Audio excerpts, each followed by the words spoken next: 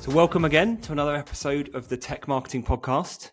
I'm joined again by two podcast veterans that we've had previously. Of course, from the Twogether side, Minaz, who has been no stranger to the Tech Marketing Podcast, but also very, very pleased to be joined by Joel Harrison, who joined us a couple of years back talking about the awards. So Joel, you're founder of the B2B Marketing and host of I'm going to try and get this right from one podcast host to another, the Trust and Influence in B2B Marketing podcast as well. Really excited to have you back. Thank you for joining us again on the Twogether Tech Marketing Podcast. I'm so delighted to be back. It's been too long and lots of exciting stuff to talk about. So thank you. I'm very flattered to be invited. So much stuff has changed since we last caught up. I think we had that conversation back in maybe 22 or 23, and I'd like to describe my role as being relatively easy back then in the world of being a CTO in a tech marketing agency. And now everyone just wants to come to me and talk about AI. So I think we're going to talk about that a lot today. But before we go into what's happening in the B2B agency and marketing space, let's talk a bit about you. Like you've shifted roles as well since we last spoke. So you're now editor in large at B2B Marketing. What does that mean? What does an editor in large do? I've shifted it again, actually, to more of an ambassadorial role. I mean, so the kind of, I'll try and tell this story as succinctly as possible. I was one of the founders of B2B Marketing 21 years ago. We launched as a magazine. Can you remember magazines? They were great. Everyone loved them until about 10 years ago. But the business changed dramatically and the magazine was not stopped being so relevant. We reorientated the business around the time of COVID around our community called Propolis, which I hope we're going to get a chance to talk about later on. We also got a CEO. I've been joint managing director. We've got a CEO, and who's Richard O'Connor. He's fantastic, and he's driving the business onto great commercial heights. And I spent 21 years at the coalface, pulling all the levers, being chief product officer, chief content officer, chief editor of the magazine, producer, ambassador, everything. And it was just like, I've done it. I've been there and I've done that. And Richard needed some space to run the business by himself. And I needed another opportunity to do exciting things. So I've been given kind of time off for good behavior. So I got the chance to go off and do my own thing and get back to doing what I enjoy most, which is kind of being a content generator, a creator. I hate the word, but it's one of the least words you could use, where I'm generating my own stuff around my own podcast, writing a book, just going to events and reporting on what I see and hear, and it's great. Especially in a world now undergoing so much change, it must be really interesting. Especially, we've started life, as you mentioned, creating print magazines, and now that feels like a distant memory. Even though that was only a few years ago that we were probably still buying them. So yeah, really, really interesting. So we've got a load of topics to go through today. Everything from, I think, influencer marketing, how to get the best out of your marketing agencies, like Twogether. Other marketing agencies are available, and some of the biggest topics such as brand. I'm trying to think where we get started, but I guess what's going through my head, and Minaz, I'm going to bring you in here as well, is the only way I can really describe it is it feels like the wheels have fallen off a little bit recently in our world, partly driven by AI, partly driven by probably other geopolitical events that are happening. What do you feel the future looks like, Joel? Like, what, from your side of the fence, having seen all these different B2B agencies evolving and changing over the last few years, like, firstly, what have you seen change and where do we think it's going? Well, it's a great topic, a scary one, but a great topic, John. I think you described it really well. It's like a bit like a perfect storm. You've got this kind of geopolitical uncertainty, but at the same time, AI has arrived, and I think that we're all a bit sick of hearing about AI, but actually you can't really underplay how fundamental it is. And do you remember when marketing automation came in and kind of like the mid-noughties, the late noughties? And we were all like, first of all, really scared about our jobs and things like that. And it was going to, and it was, but when we realized that actually it didn't take any less marketers to use marketing automation properly. So actually just kind of carried on as we were. So this is really like such a transformational moment in B2B. And, you kind of hark it back to the kind of industrial revolution properly. And I think that what's happened is you've got so the backdrop is the kind of geopolitical stuff and economic uncertainty. what that means is kind of emboldened clients who think they can, and then so there's this kind of like, do we need to spend on marketing? And AI comes in, and that you've got there's inherent group of people at the top of companies who think that marketing's easy and they can do it themselves, and AI has only just kind of emboldened them and given them kind of more fuel, more kind of power to their elbow. So that means that that's just kind of like giving them more kind of license to take a hatchet to budgets and actually hollow out marketing teams in many instances in the technology sector. Not all, but we've seen a lot of it, and it still seems to be going on. I thought we would have bottomed out by now, but it still seems to be going on. And I think that obviously impacts on agencies, right? Because agencies obviously, if clients sneeze, and agencies catch a cold, as to paraphrase a well hackneyed quote. And I think what happened in many instances, and I'm not going to prescribe, say this Twogether was guilty of this, but I know a lot of agencies were. What a lot of agencies gave away strategy for free, but they made money out of production and campaign execution. And then what happened is that AI meant that a lot of this production and admin type functions could be reduced or eliminated. And so agency models actually are having to profound, or those agencies that utilize that model are having to change profoundly. And then they need to reorient their value around the services around strategy. Now, some of them have already done that, some of them doing that at the beginning, but others, this is going to be a hard thing to do, and some of those are going to be only in the tactical execution game. They won't have that strategic stuff to fall back on. I guess the silver lining for all this is that there's because you're losing because there's been a lot of redundancies at senior level in certainly a lot of tech companies. Actually, there's never been more of a need for strategic advice and input, right? So there's a greater vacuum for agencies to step into if they can get it right. There may be. So I guess the question is this a short-term blip, or is this a kind of a longer realignment of client-agency relationships and structures, with agencies having to become kind of leaner and more strategic in their nature, and an inevitable bias towards senior staff, because typically agencies had that very pyramid structure, didn't it, where there was a lot more kind of junior people. And if you, and sorry, John, I'm nearly done, but it's a big question. I've just got to try and answer. I've got a list of questions we're going to jump. Keep going, Joel. Okay, this is a gold mine. I'm nearly there, but I mean, the thing is, if you were going to be Darwinian about this, you might say, well, what kills you doesn't make you stronger. That's Nietzsche rather than Darwin, isn't it? But you might say that the sector that will emerge from this kind of transitional process will be leaner and fit for purpose and relevant to its environment that it's in, right? Even if that's true, there's likely to be a lot of pain along the way. And I think that the biggest, so there isn't a readjustment taking place. We're seeing it. I think the bit that's probably kind of most worrying about this, I think, probably is that whilst I think that we can and we will adjust, and client teams will adjust, and agencies will find the right niche and engage them, because I think that need for external third-party guidance is really important still, and the role agencies play is absolutely critical, and that's such an important part of the ecosystem.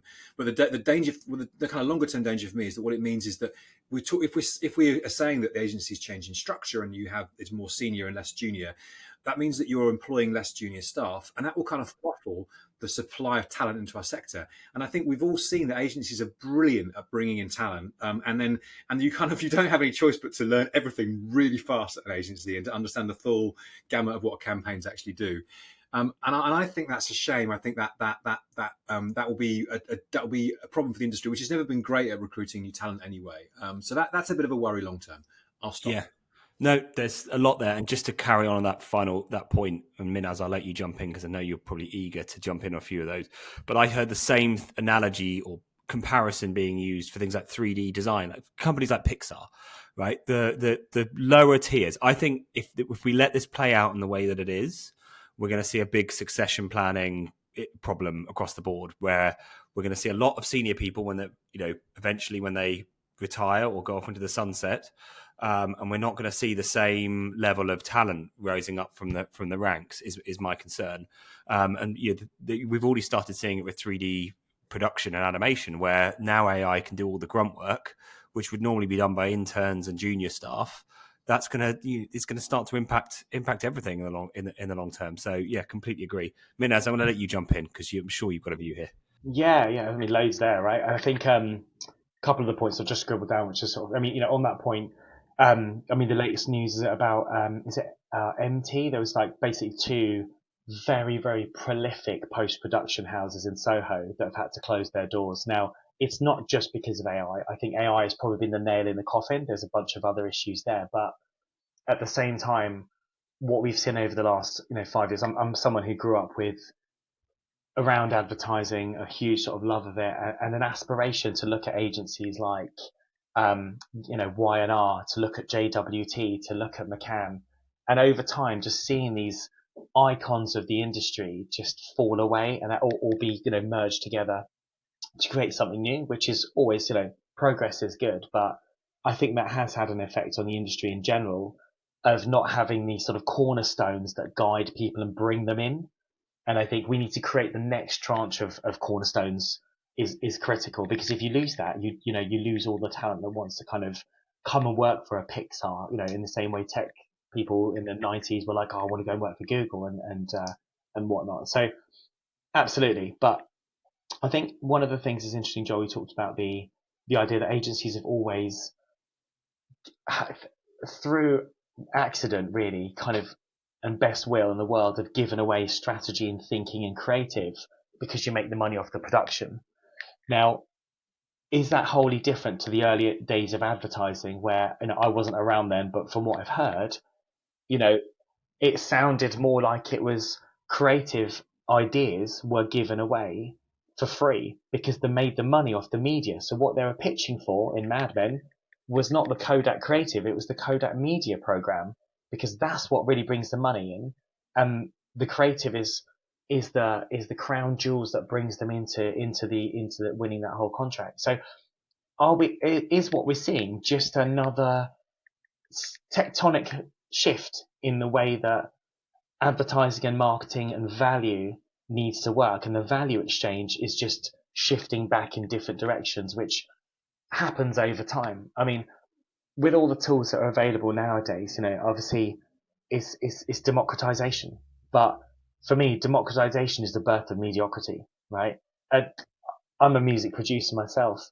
Everybody having these cool tools that you can start to write tracks at home means that you get a sea of, shall I say sameness, or shall I say actually it's a sea of shit that really comes out. Because everyone can do it, the levels and quality immediately goes down, and we get into where we get into. I happen to believe that where we are now, we're in that sort of birth of that process that we will see over time, and probably a lot quicker than we think. What needs to stand out is the amazing work that can't really be done by AI. And people will then start to understand that now AI is just a tool for me to be able to get awesome. Not I'm replacing you with a platform that's awesome. So yeah, well, I mean, that was kind of me. That was I suppose to kind of respond to that. I can give you a bit on the future of agencies as well, though, where I see it going. Let's go into the futures in a moment, because there's more I want to dig into here. And Minaz, to kind of build on what you just mentioned, and Joel, you mentioned this kind of hollowing out of media teams inside companies. Like I'm trying to picture, like, is that so? This is something that I'm quite passionate on, and I'd actually, Joel, would love to see if I get your help to complete this research, because it's been difficult to try and put it together. But we all have seen those. You're talking about the rise of MarTech that you mentioned. We have seen the meteoric rise of MarTech platforms and MarTech budgets. I think if we're talking back to 2020, 2021, 2022, from about the year 2016 to mid 2 or 3 years ago, basically, budgets were going up by about 35% a year. Platforms were almost doubling. I think there must be over 10,000 platforms on the Chief MarTech canvas now. It's thousands of different software tools. So if you track that rise, but then you track at the same time marketing effectiveness, it hasn't increased by anywhere near the same percent, certainly. And I would even say in some cases it's slightly dipped.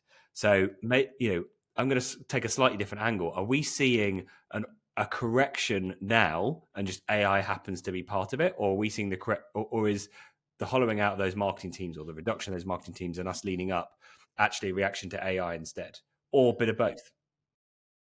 Can I come in there on that one? Yeah, go. Yeah, I think it's fast. I think that's a really fascinating point, John. I guess why did all that investment in Martech not really impact on effectiveness? And I guess I haven't got the data to compare with that, but I suspect that one of the problems is just, and this is probably what I hope we're going to talk about later on around, is media proliferation and lack of and trust. Is that we're all been generating more and more content, and more marketing. It's just harder and harder for anyone to make a decision, and it's more and more confusing, and less certainty, less trust, and everything. So, we've just been investing more and more and staying at a kind of a similar level. I would suspect there's probably lots of reasons why, but that's what occurs to me there. And it's fascinating. I do think the Martech thing has come off though in the last 3 or 4 years. I mean, for example, we had an event of B2B marketing called Martech Open. We actually stopped it this year because we couldn't see enough of a difference between who was using Martech, who would come to that event, the stories and the dialogue we need to tell in that event versus our big event in the Summer Ignite. So just think, well, why are we trying to compete against ourselves for this event? So, but loads to pick up on there, John. Yeah, it's something that's really stuck with me is in this. We haven't seen a meteoric rise in effectiveness, and like you say, I think it's actually dropped off in recent years. And I can't. The AI race at the moment is being kind of compared. In fact, I saw a graph comparing it to the .com bubble. If you overlay the two on top of each other, they're very similar. So I'm sat there saying, are we seeing a correction now to some of that MarTech failure and some of the B2B buyer changes that we're seeing, or is there a bigger bubble yet to come? And it creates a huge, continues to create a huge amount of uncertainty for us on the production side of things. But I think you're spot on your point around clients would rather pay for strategy and production is now going to be outsourced a lot. So let's move on to the future for a second then. Like, Minaz, you mentioned you've got some thoughts around the future. What are your thoughts there? Yeah, I mean, one of the things that sort of just links to the last conversation, but comfortably to the next, I think as well is, we're seeing a lot of mergers and acquisitions taking place and meetings of minds coming together. It's happening kind of all the time. There's new entities being produced, and I think to myself, like, is that really the best example of Darwinism really hitting our industry, where it's not, obviously, like a lot of people under the conception that survival of the fittest is the strongest, but actually it's like the flamingos in the water, with the longer legs, and it's like, are we seeing actually the best parts of certain agencies coming together to actually give birth to sort of new services and new skill sets off the back of all this, or are we actually just seeing a lot of organizations coming together for safety? And I think for me, that's a really interesting area to look at, who's going to then continue to survive as agencies, because if you can identify, given the democratization of a lot of things and the trends that they're moving towards of people being able to do things in-house, and where does the value sit, where value and value really comes together, produces more value. And I think what we're going to see in the future is more agencies sort of finding really their pathway of where their voice and their value really sits in the industry, kind of being an entity that does something and being an entity that does something and then coming together to just do the same thing is not a long-term strategy. And I think this is where the sort of survival of the fittest will kick in, and actually those that have evolved, will continue to thrive, and those who don't will ultimately probably not be here in the next sort of X number of years, I think. Can I come in back on that one, John? Yeah. Just keep going. Don't wait for me. I'm being respectful of the chair, right? As I often am. I think it's really, really interesting points, and it's a really good conversation. I wonder if there is an element of the challenge we've got at the moment is some of the agencies that are really put their stall out on creativity, being bold at a point where your marketing budgets are most under pressure, and it's hardest to sell a really bold creative solution that doesn't have a demonstrable route to revenue. It's going to be its hardest point right now. So I suspect that some of those agencies that have really set a stall out around creativity might be finding it hardest. And I can think of one that's had for example, I'm not going to mention any names right now, but one is that's kind of gone through a merger process. So it might just be that there's a pragmatic aspect to this, which is that everyone's just got to do what it was required to do to survive a tough period and hope that things get better at the other end of it, and there'll be more latitude for creativity, assuming there's somebody in the box seat at the client to actually be able to commission that great marketing and advertising and great creative. And that's the thing that worries me the most is that the bit that the progress that I think that we've made over the last 20 years in terms of getting a generation of B2B marketing leaders who can genuinely get the respect of the CEO and the CFO and the CSO to give them the latitude to do great work. A lot of that's been removed by the de-skilling that we've had here. Because just to be really, my biggest bugbear here is that the biggest problem with B2B marketing isn't the lack of creative thinking or bravery or boldness. That's a symptom of the problem, which is the lack of respect for B2B marketing at that top level, at that top tier. And that is only gendered in a position of confidence where marketing leaders have got the confidence and the ability to build that respect over time and demonstrate they understand and align with the organization's success.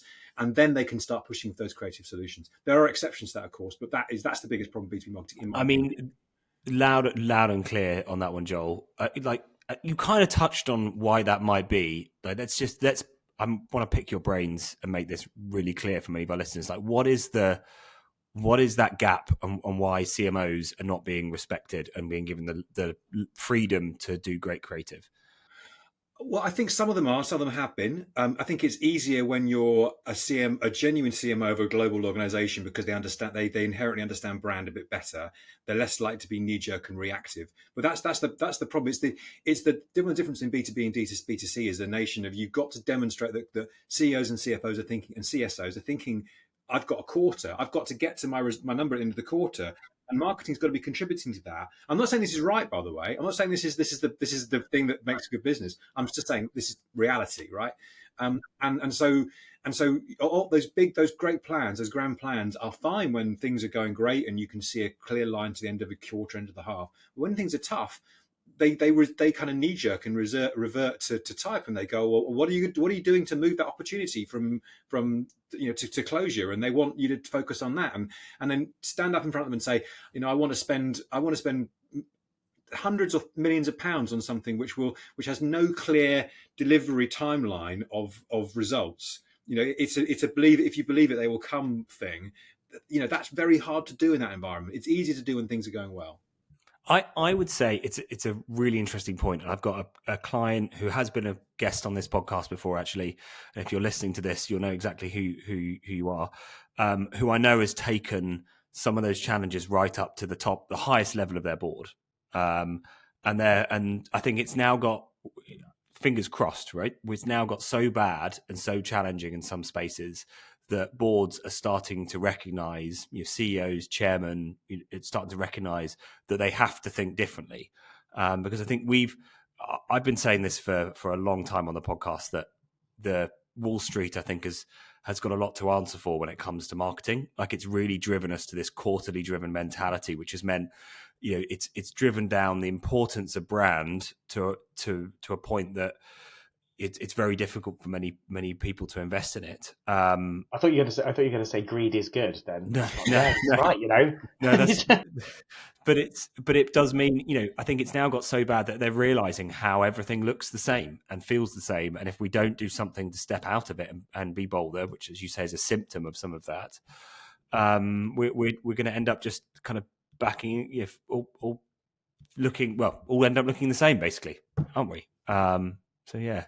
Do you think as well, I guess that the way that I see it is that, if anything, though, in a time at which marketing budgets are reduced and pressure is increasing and the need to be noticed is more and make more sales, really that is the one time to be as bold and creative as possible, because being safe is the riskiest situation. However, you counter that with decision makers who are sticking with what they know and safety keeps them in a job.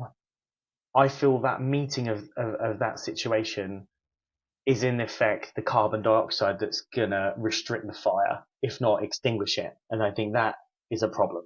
Yeah, we humans though, we're instinctively wired to think like the rest of the community.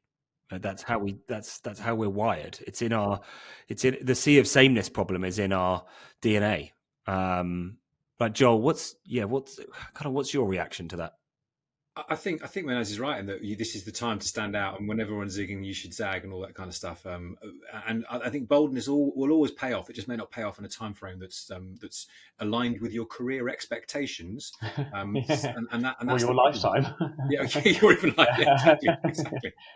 Yeah, but they say fortune favors the bold, so that must have come from somewhere, right? I mean, Yeah, it does. It's just contextual, isn't it? Right. yeah. And I just think that I do feel that historically, I think it's great that we've had the confidence and maturity as an industry to talk about brand in a way the last about 3 years that we haven't done for the previous kind of 20 or so or 18 that we were since we existed. Because when we existed B2B marketing, we launched, there was nothing here. It was a wasteland of advertising with features of products on it, right? That was what was going on. And it's changed and grown so much. An agency like Twogether have been absolutely instrumental in that.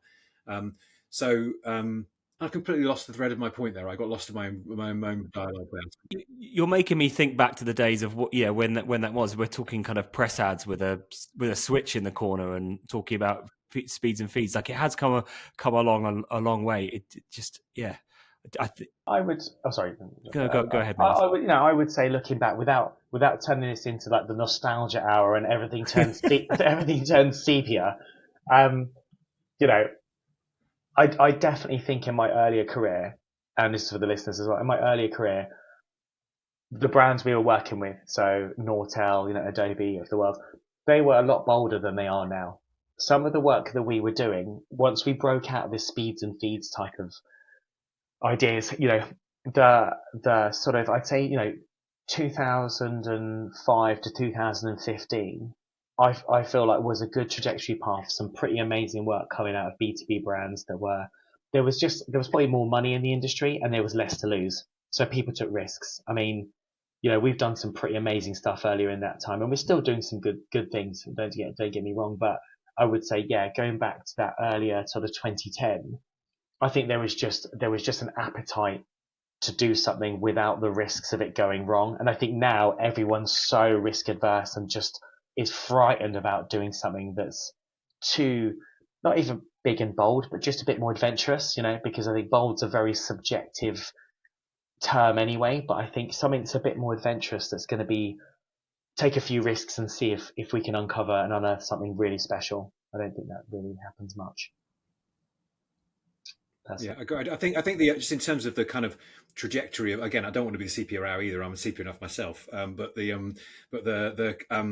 think the marketing automation kind of wave wasn't great for creativity because again it pushed everything back to being that was when the birth of the MQL problem and that which is the kind of affliction which we're still struggling to get away from, but that was there.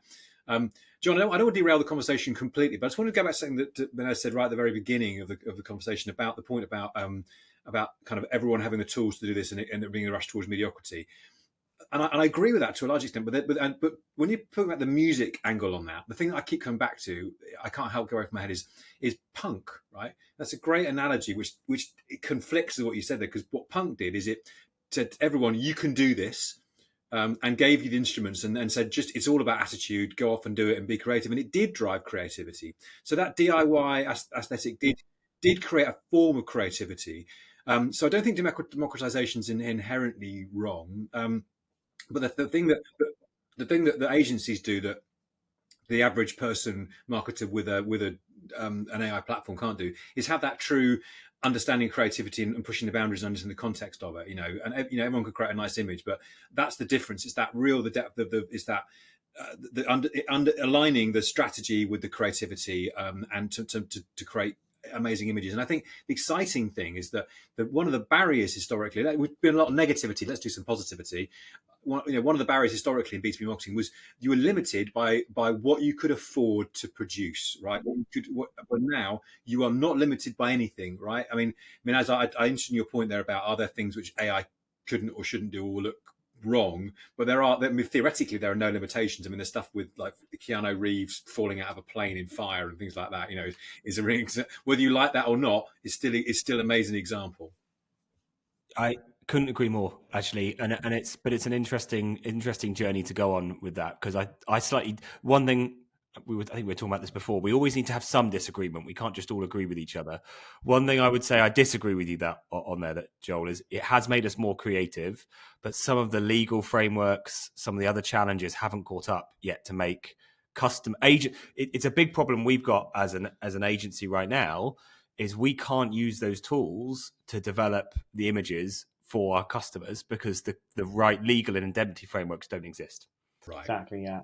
That's a big problem. It's the kind of the battle between enviable versus viable, right? You can be amazing work that everyone wants a piece of, but it's not actually viable yet to get out into market, which we've, I'm sure every agency's, and that's not to do with the creativity. It's just to do with some of the legal elements around, protecting our craft, essentially. And we're now seeing a point where we've got to accelerate through and find a route out the other side. So I think that's going to be one of the biggest challenges facing many agencies, is how they deal with the slightly duller side of AI, which is managing the risk and reward ratio.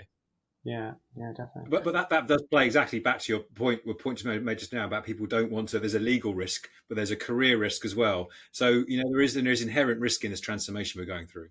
Yeah, there is. Yeah, definitely. And I think that sort of links to, I suppose, where we started this conversation around, AI just being one of the I suppose, igniters, if you like, or catalysts for change amongst the value of agencies. And I think for me, what we're hearing from a lot of clients as well, and Joel, you obviously deal with a lot of agencies. What we're hearing from, a lot of brands.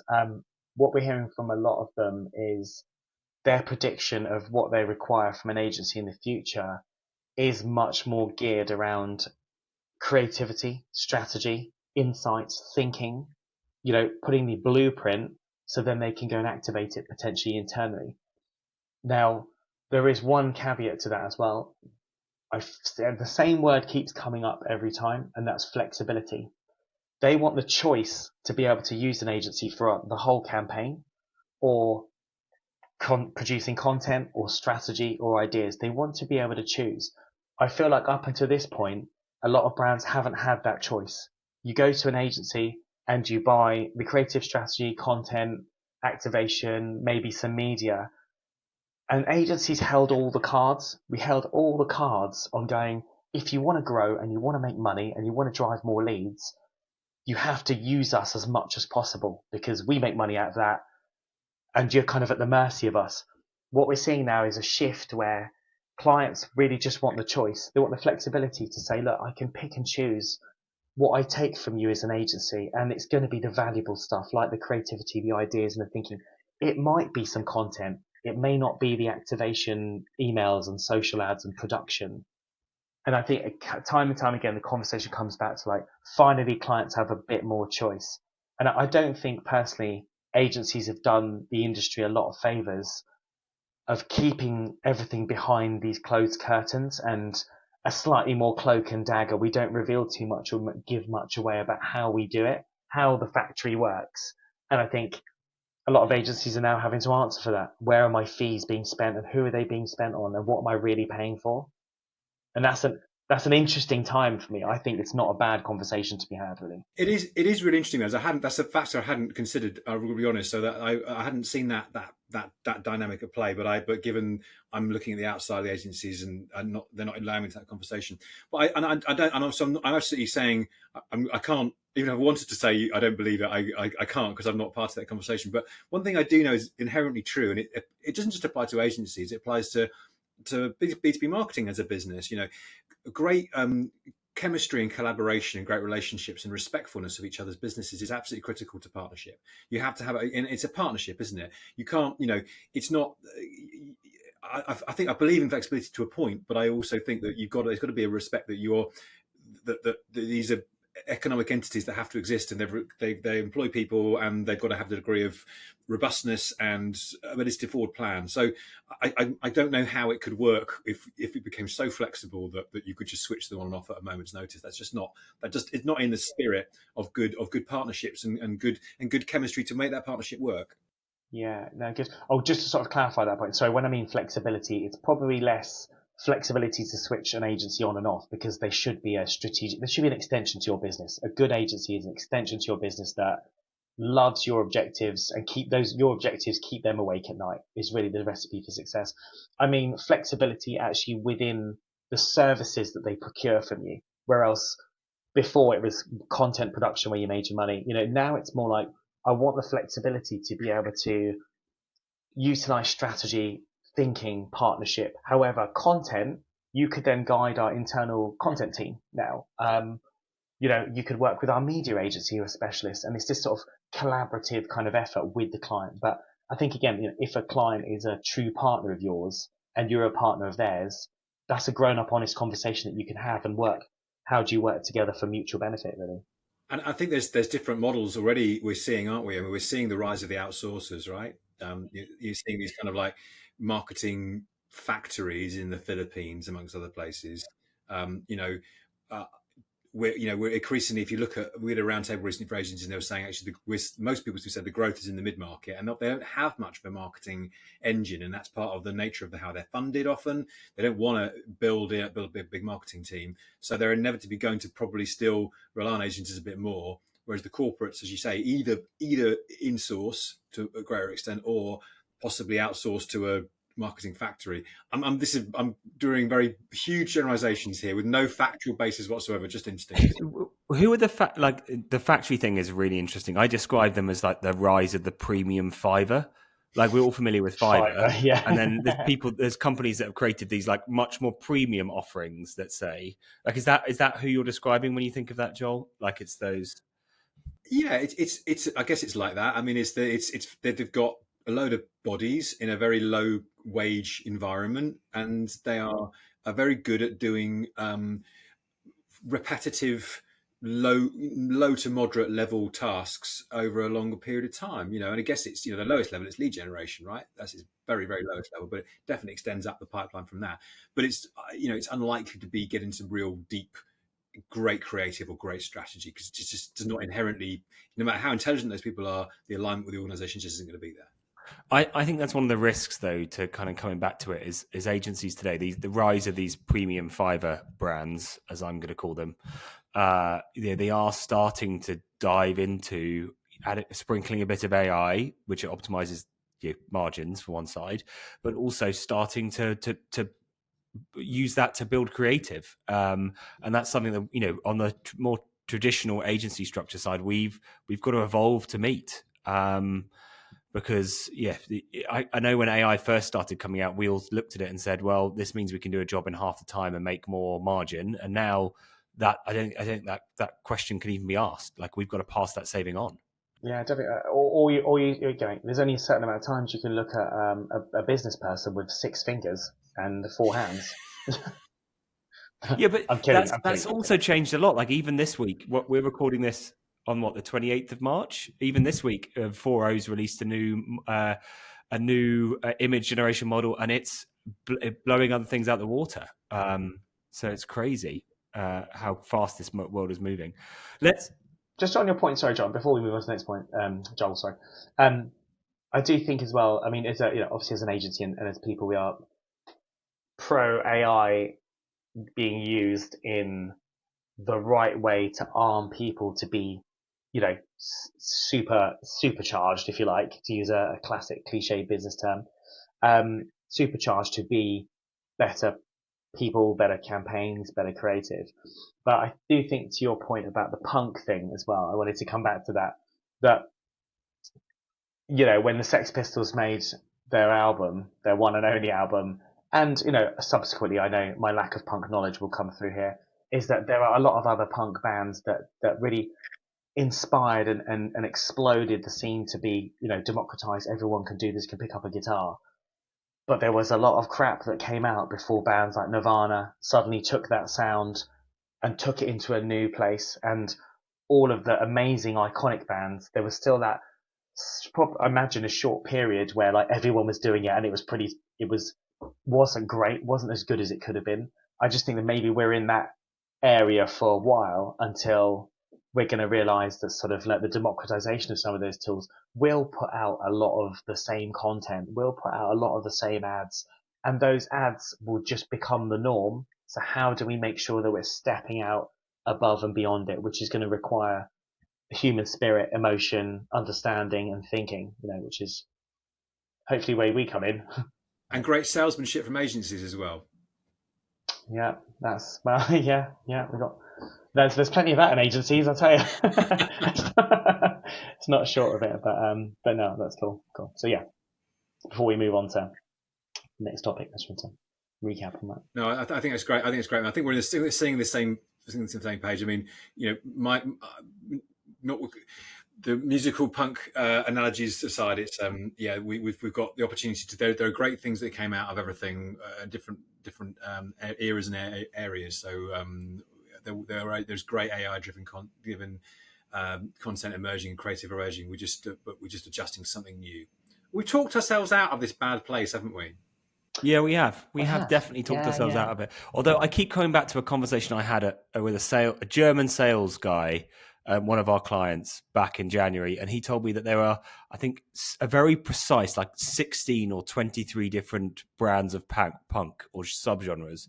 It was such a precise answer, but I keep comparing that in my mind as you guys have kept coming back to punk, which is there's probably the same kind of thing for agencies and for all of us. Yeah, we talk about being a specialist agency in one space, but I think that's all we're seeing the reverse of that now, which is a lot of this is coming down to just doing good marketing again, as opposed to I'm a comms agency or I'm a PR agency or I'm a creative agency. I think we're going to see that democratization cause us to kind of allow more fluidity between those paths. That was a very long answer, but hopefully that made some sense, connecting those things together. Let's go on to brand for a second, because we touched on this. Minaz, we have this term called the growth trifecta, don't we? Like, can you give a bit of background on the growth trifecta and really how that leads into some of the stuff we've mused on today with brand? Yeah, definitely. So I think as an agency, it's something that we've got behind, and also on a personal level, like super passionate about that. Actually, a good growth strategy for an organization. Up until this point, let me just roll that back a little bit. I think up until this point, we've really seen that like brand will live amongst the brand teams. We've got demand generation teams that will be focusing on high volume, sort of more wider top of funnel, kind of one to many types of demand gen. And then we have ABM over here. And actually the recipe for a good growth strategy should be bringing all of those together. So, I mean, Joel, we've spoken before previously around the kind of brand to demand story.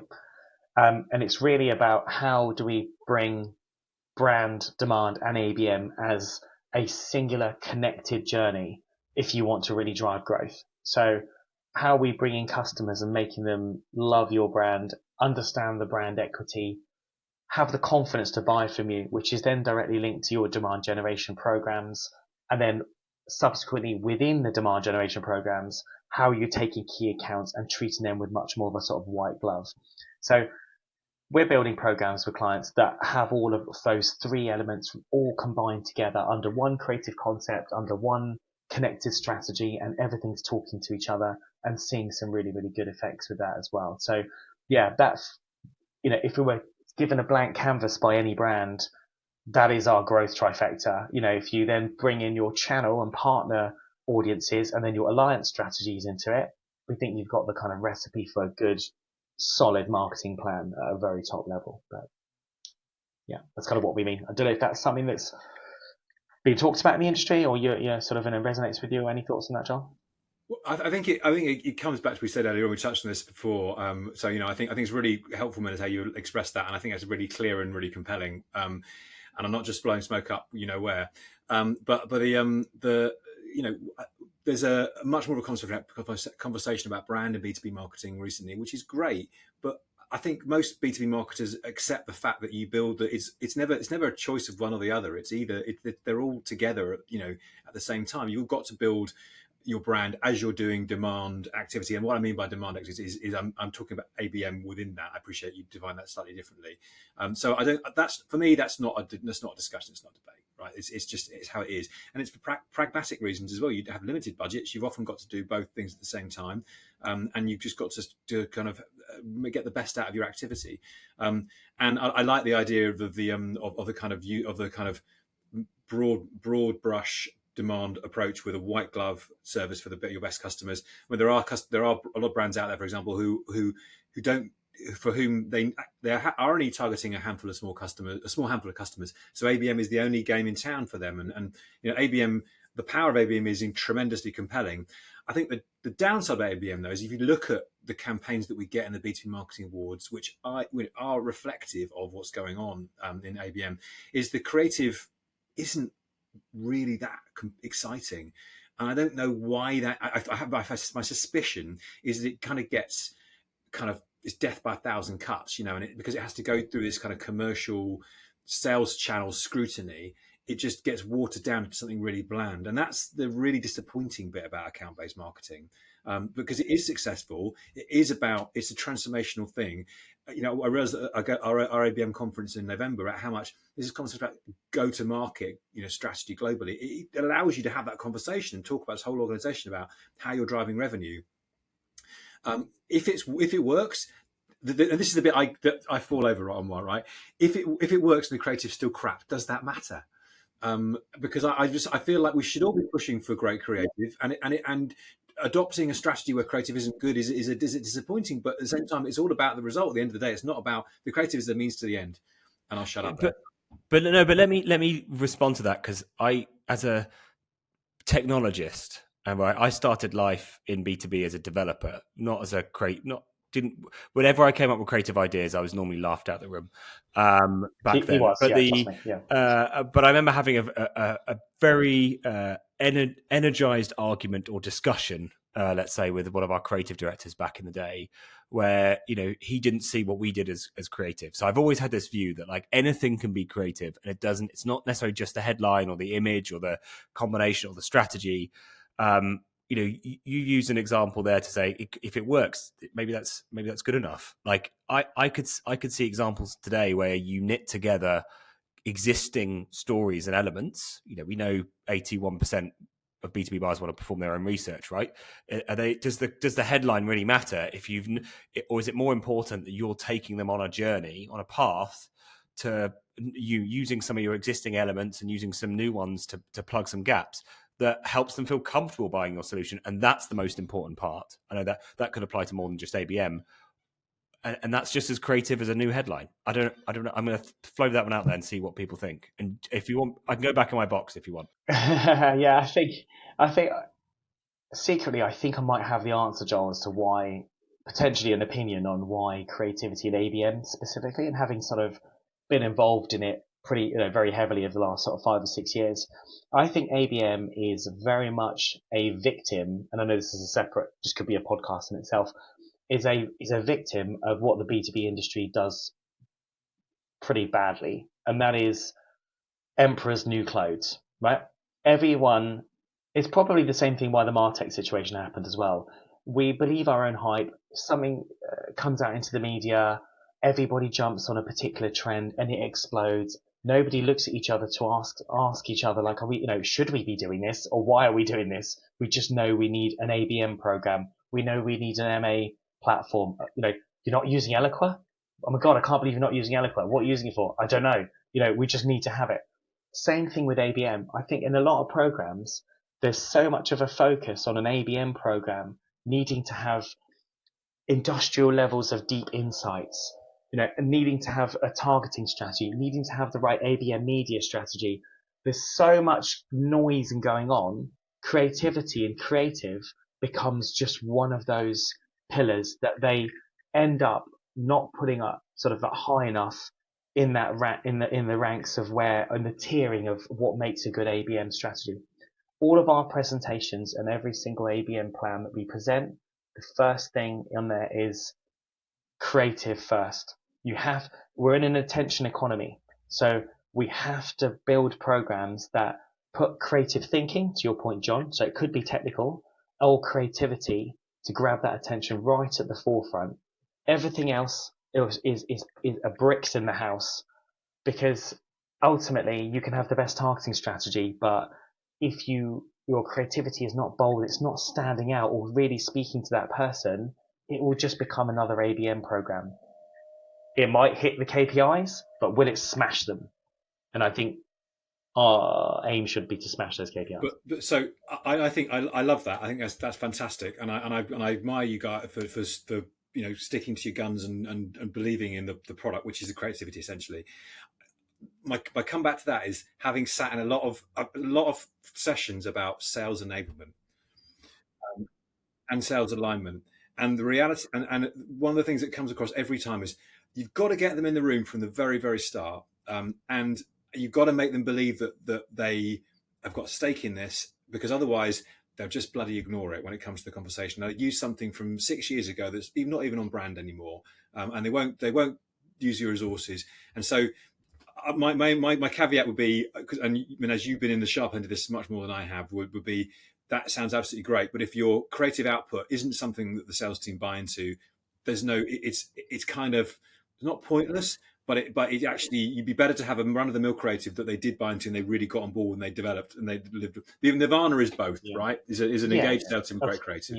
Yeah, of course. I think my 2 cents is that they're much more intrinsically linked than we give salespeople credit for.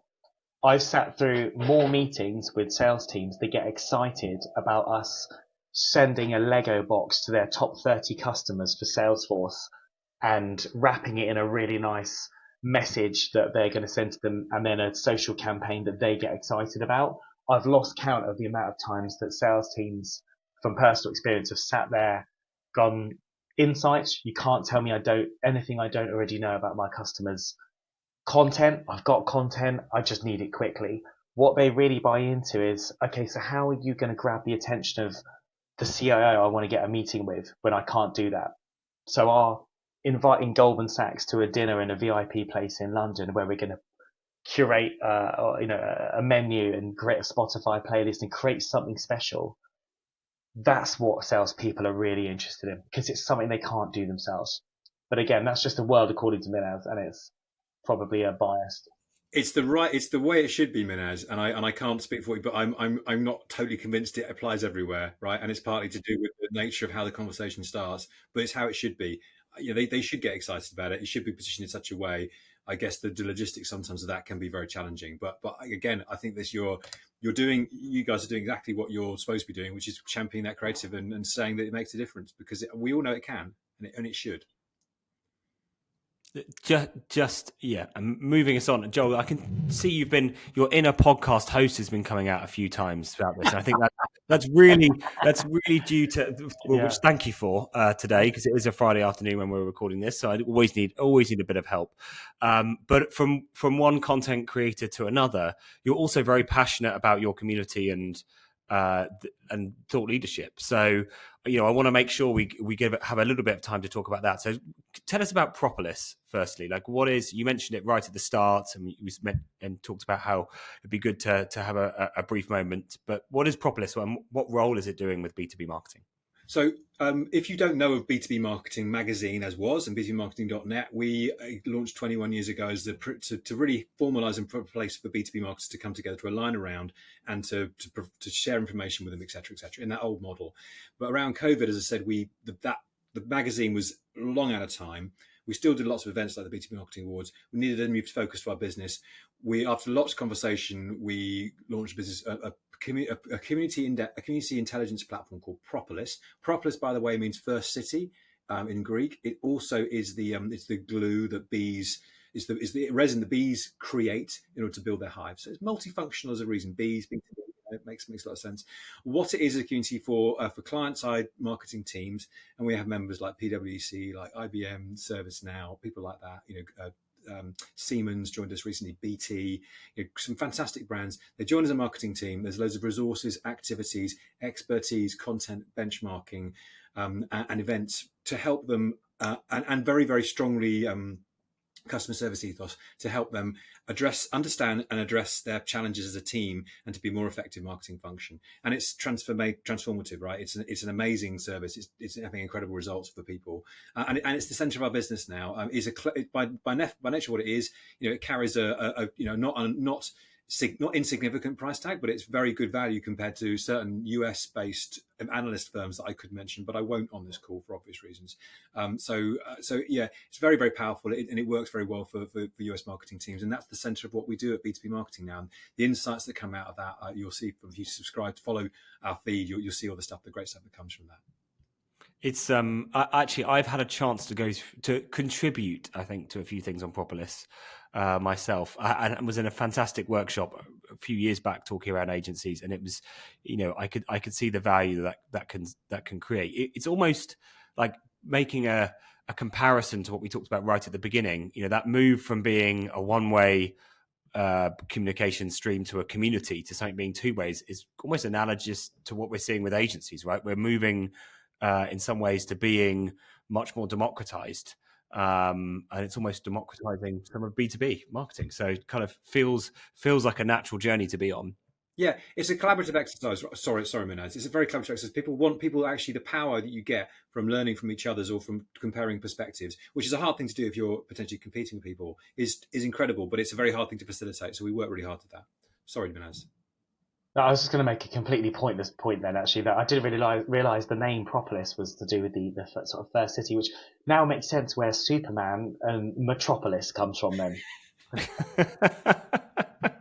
Who's your favourite Marvel hero? No, and Joel, just kind of giving you, you're writing a book at the moment, which, by the way, I think is, I'd love to pick your brains about how you've started that journey of writing a book, but I think it's a whole other podcast in itself. Like, what is your passion that you're writing about, and why do you think it's so important with B2B marketing?